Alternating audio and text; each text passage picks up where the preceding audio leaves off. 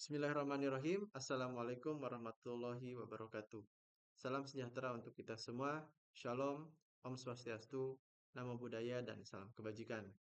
Perkenalkan, nama saya Muhammad Noval Rehansyah, peserta Latsar Gelombang 1, Angkatan 2, Kelompok 2, CPNS, Pusdikmin, Lemdiklat Polri.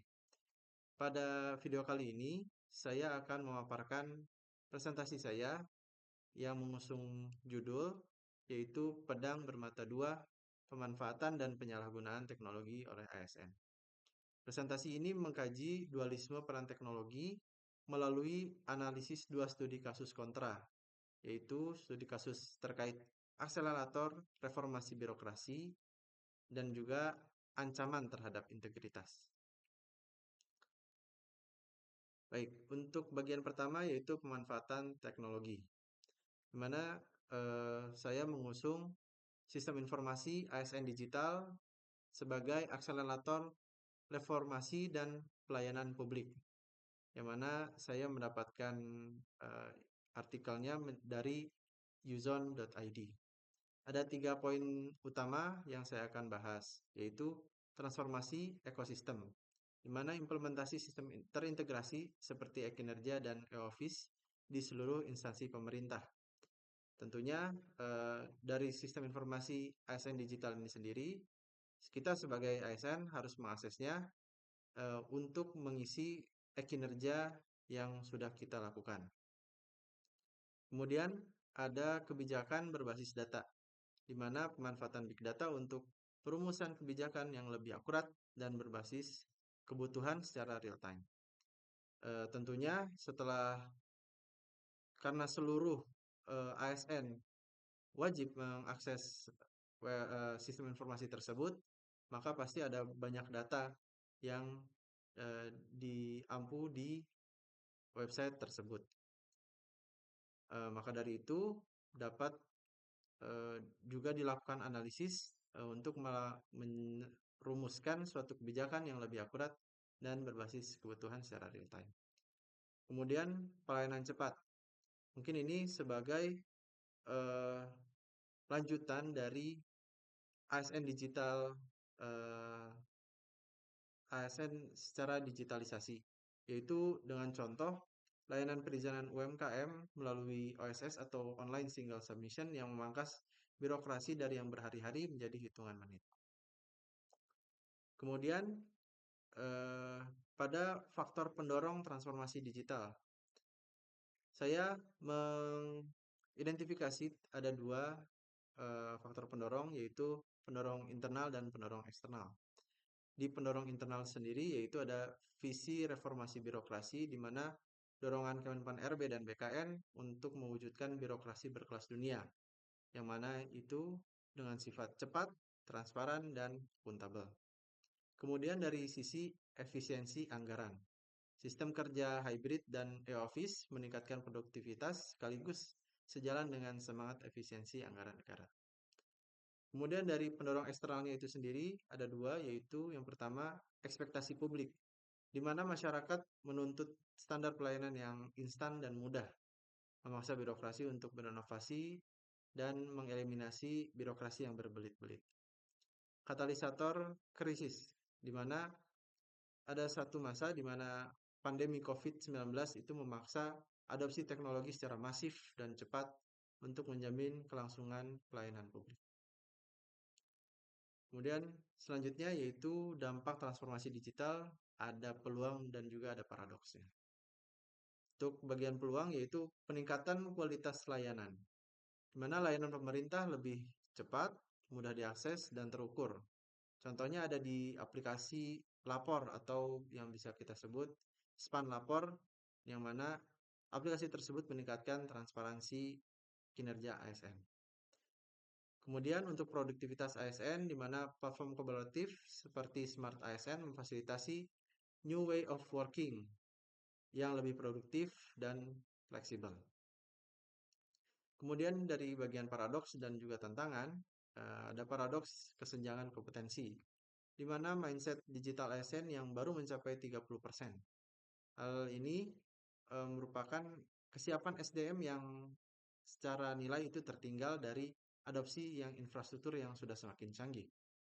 Kemudian dari tantangan kompetensi baru, yaitu merupakan kompetensi ASN modern yang kini mencakup kemampuan mengakses, mengelola, dan mengintegrasikan informasi secara digital. Kemudian masuk ke bagian kedua yaitu penyalahgunaan teknologi. Dalam bagian ini ada ancaman terhadap integritas dan netralitas ASN. Studi kasus yang saya ambil dari Tribun News dari Sorong, di mana ada kasus ASN Kemenkes yang divonis 1 tahun penjara akibat unggahan di Facebook yang menunjukkan sisi gelap teknologi. Seorang ASN dari Kemenkes divonis 1 tahun penjara dan denda 100 juta karena unggahan di Facebook yang menuduh seorang melakukan sabotase dan melabeli orang tersebut sebagai ular berbentuk manusia. Majelis hakim menilai status ASN seharusnya menjadi teladan dan sikap tidak menyesal menjadi faktor pemberat. Pelanggaran ini didasarkan pada Undang-Undang ITE pasal 27 ayat 3 tentang pencemaran nama baik.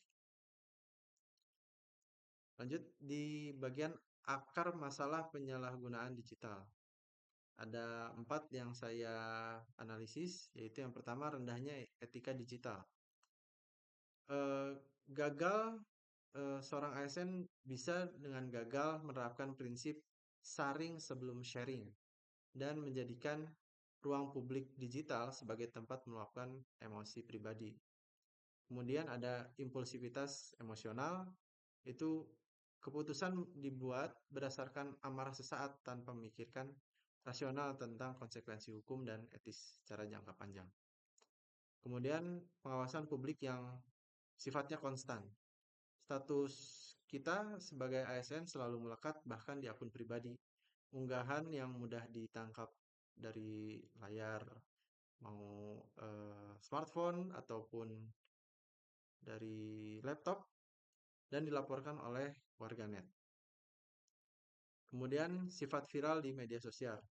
Media sosial memperbesar dampak dari satu unggahan yang ceroboh dan memungkinkan fitnah menyebar dalam hitungan yang menit mungkin.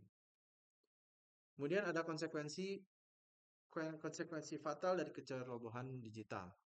Yang pertama ada sanksi pidana dan denda, itu jelas karena dari artikel yang tadi disebutkan yang bersangkutan dipidana. Kemudian ada sanksi disiplin kepegawaian, di mana hal ini contohnya yang bersangkutan dipotong gaji dan tidak bisa menikmati atau menggunakan hak dari ASN tersebut. Kemudian jejak digital negatif permanen, itu jelas, dan juga citra institusi yang tercoreng. Kemudian di bagian 3 itu keterkaitan dengan nilai dasar berakhlak. Teknologi sebetulnya adalah alat yang netral. Dampaknya ditentukan oleh penggunanya itu sendiri. Pemanfaatan dan penyalahgunaan teknologi berkorelasi langsung dengan nilai-nilai dasar ASN berakhlak. Manfaatan positifnya ada 4 menurut saya, yaitu berorientasi pelayanan, di mana hal ini mempercepat dan mempermudah layanan, akuntabel, meningkatkan transparansi dan pertanggungjawaban kinerja, kompeten, terus belajar dan mengembangkan kapabilitas digital, adaptif dan kolaboratif, itu proaktif dalam berinovasi dan bekerja sama lintas sektor. Penyalahgunaan yang melanggar, contoh dari aspek loyal, merusak citra pemerintah dan negara. Dalam aspek harmonis, dan menyebarkan hoax, fitnah, dan ujaran kebencian dalam konteks akuntabel, tindakan yang tidak bertanggung jawab menggunakan status ASN, dan aspek kode etik dan netralitas itu melanggar sumpah jabatan dan netralitas politik. Berikut adalah tabel sintesis dari peluang dan resiko digital. Dari aspek pelayanan publik, yaitu Di bagian peluang ada layanan yang cepat, transparan, dan 24 jam nonstop. Kemudian di resiko atau penyalahgunaannya, di bagian kebocoran data, misinformasi layanan. Kemudian ada mitigasinya. Mitigasinya yaitu memperbaiki keamanan digital dan verifikasi informasi. Dari kinerja dan produktivitas, peluangnya kerjanya fleksibel, dari kolaborasi secara Office dan Smart ASN. Kemudian risikonya yaitu ada prokrastinasi atau menunda-nunda dan cyber loafing, sorry. Mitigasi kuncinya adalah dari diri kita sendiri, yaitu disiplin diri dan patuh pada jam kerja. Kemudian dari aspek komunikasi dan informasi, peluangnya yaitu diseminasi program serta edukasi publik. Penyalahgunaannya meliputi menyebarkan hoax dan disinformasi. Dari mitigasinya sendiri yaitu saring sebelum sharing, dan rujuk kepada sumber resmi. Kemudian dari aspek integritas dan netralitas, peluangnya yaitu kita sebagai ASN adalah agen penyejuk di ruang digital. Kemudian dari penyalahgunaannya pelanggaran netralitas pada misalkan contohnya like atau komentar yang berbau politik. Mitigasinya yaitu menghindari interaksi politik praktis. Kemudian slide terakhir yaitu rekomendasi strategi 4 pilar kecerdasan digital ASN. Untuk setiap CPNS harus membangun kecerdasan digital untuk menavigasi ruang sempit antara tuntutan aktif dan peraturan yang ketat. Kita harus ada 4 poin utama yang bisa kita lakukan, yaitu yang pertama, pahami aturan main. Ini bentuk dari digital safety, yaitu pahami undang-undang ASN, peraturan pemerintah terkait disiplin PNS, undang-undang ITE, dan surat edaran Menpan RB terkait etika bermedia sosial. Yang mana hal-hal tersebut yang sudah saya sebutkan adalah fondasi hukum yang tidak bisa ditawar. Kemudian yang bisa dilakukan yaitu pikir dulu sebelum posting. Ini merupakan dari aspek dari digital ethics. Kita dapat menerapkan checklist dari dalam mental kita sendiri. Apakah ini benar? Apakah ini perlu dibagikan? Dan apakah ini melanggar netralitas? Serta apakah hal tersebut merusak citra kita sebagai ASN? Kemudian kita dapat melakukan meningkatkan kompetensi, yaitu dari aspek digital skills. Proaktif dalam pelatihan literasi digital Kominfo berupa keterampilan, etika, keamanan, dan budaya digital. Ini sebuah keharusan agar kita tetap relevan di zaman globalisasi digital ini. Kemudian yang terakhir ada jadilah menjadi agen perubahan yang positif dari aspek di digital culture. Kita dapat mengambil peran aktif sebagai counter dari konten negatif. Kita dapat menyebarkan konten positif, meluruskan disinformasi, dan mempromosikan persatuan. Sekian paparan dari saya, kurang lebihnya mohon maaf. Assalamualaikum warahmatullahi wabarakatuh.